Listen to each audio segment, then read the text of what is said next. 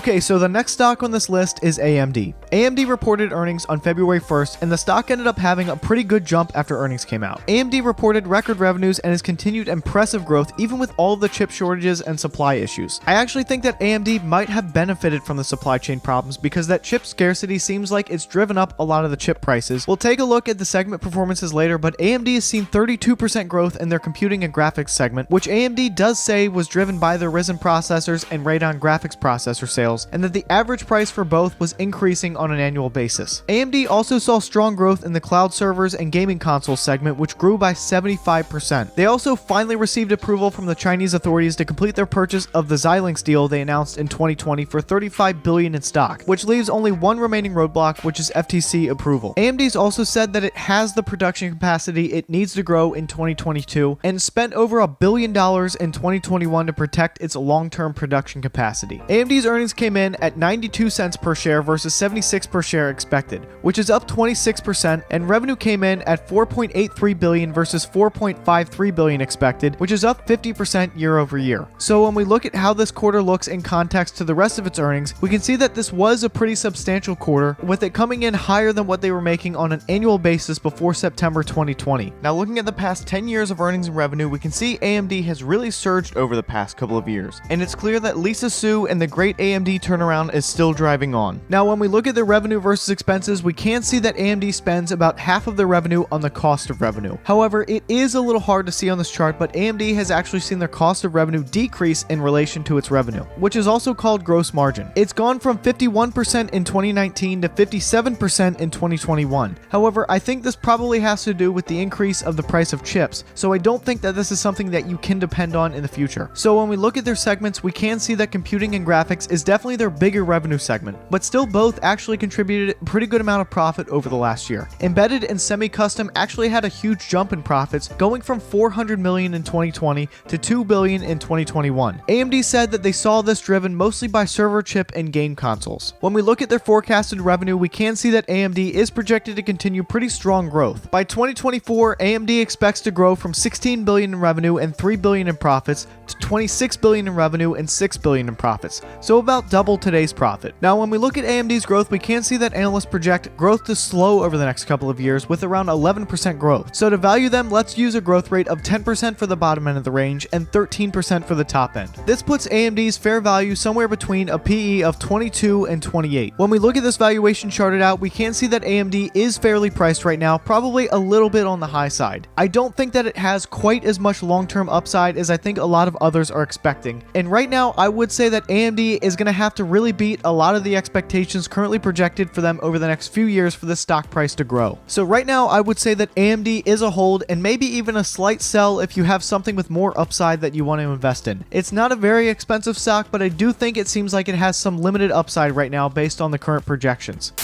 Now that video that you just watched is part of a much larger video where I covered earnings for multiple stocks. So if you want to see that video, click this right here. And as always, thanks for watching.